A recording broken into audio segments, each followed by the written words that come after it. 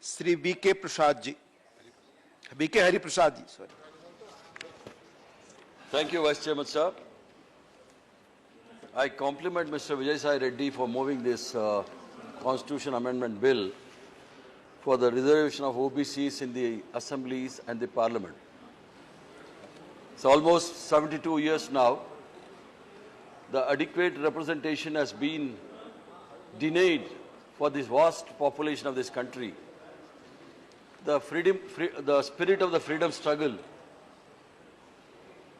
is to create awareness and to fight against the discrimination. That was the spirit of the freedom struggle.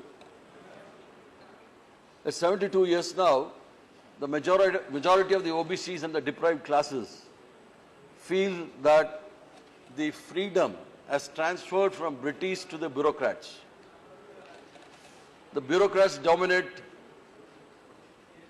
the society, because I have been in this Parliamentary Standing Committee of OBCs and Social Justice for a long time,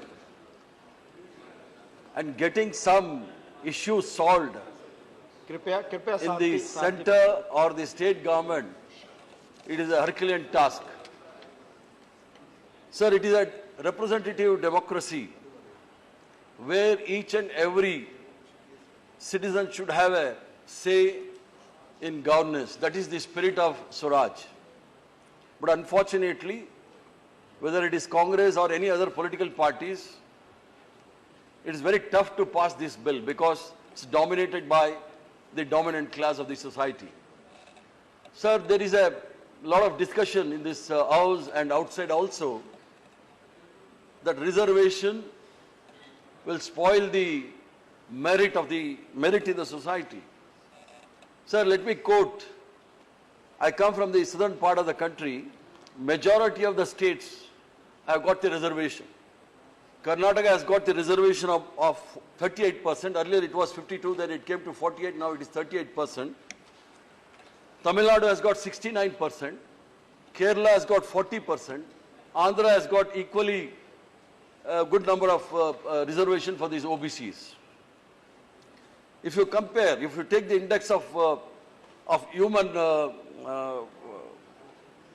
index of development in terms of development, you can see any states in the southern part of the country is far ahead of any part of other states where the reservation are very less. Recently, I thank the Chief Minister of Madhya Pradesh. He has enhanced the reservation from 14 to 27% in Madhya Pradesh, whereas in Chhattisgarh, in other parts of the country, it is only not beyond 14%. So, reservation will not hamper the development of the society or the country.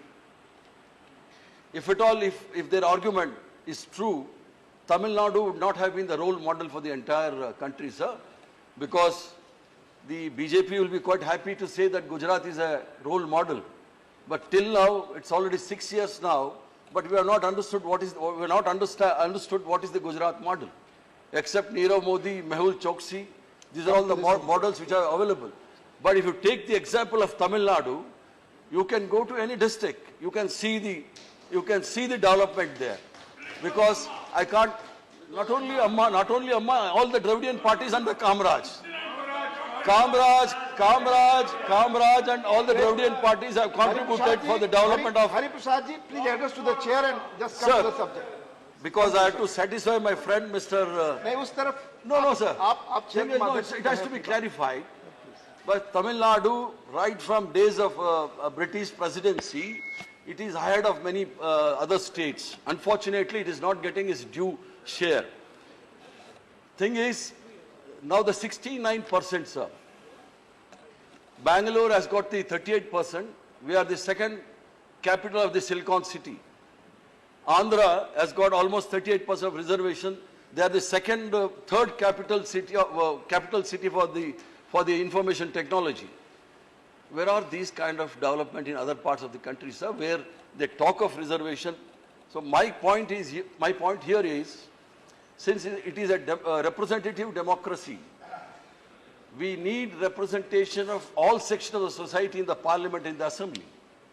After 73 and 74th amendment, we have seen the vast section of the society has been represented in the local bodies, including almost in some state 50% of reservation for women, especially in your state, Bihar. In some other state, 33% reservations are there. And the OBCs, everyone has got the place in the governance. So any kind of, do you mean to say that development have not taken place because of this reservation? So unless this vast section of the society is given representation in the parliament and the assembly, I don't think so they will be able to improve any kind of development in these societies, because they are socially, educationally backward. Socially, educationally backward class has got nothing to do with the economic reservation, because even socially and educationally backward class man, it doesn't mean that he just need an employment in the government. If he does his own traditional professions, he will get his bread and butter. There is no problem for that.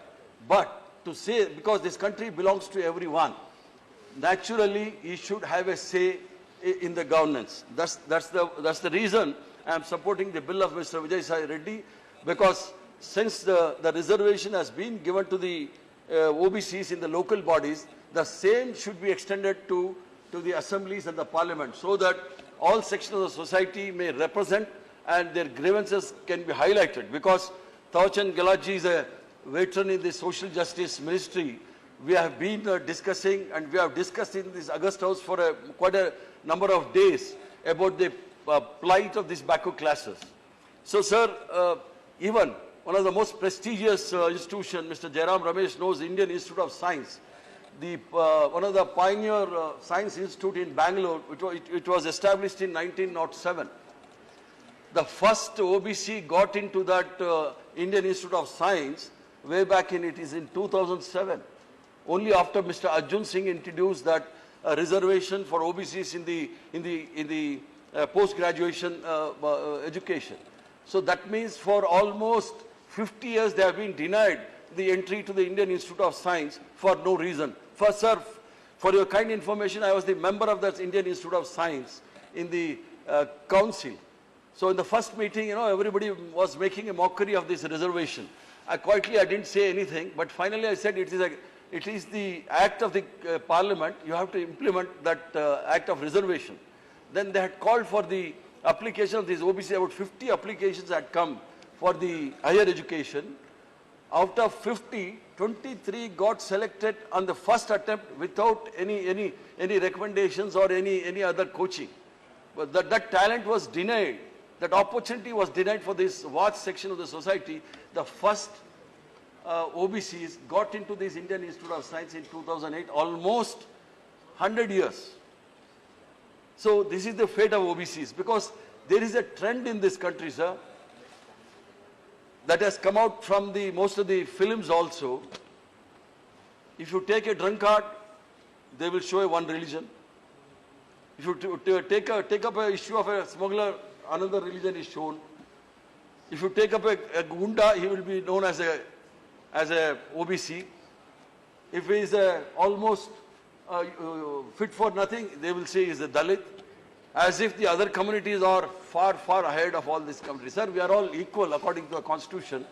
We should have the equal rights. This mindset should change. Unless this mindset doesn't change, nothing will happen. We may say anything, because even in the last, in the parliament elections, because they said we have come beyond religion and the caste. But nowhere in the election campaign, they said that they are beyond caste and the religion. But even it had come up to the Khan market issues also. So because victory has got thousands of parents, defeat is an orphan. But it doesn't mean the right of OBCs or the weaker section should be denied. So I really compliment Mr. Vijay Sai Reddy for moving this bill, and I support this bill, sir. This OBC should have a say, should get reservation in the assemblies and the parliament. Thank you very much, sir. धन्यवाद B.K. Hariprasad ji.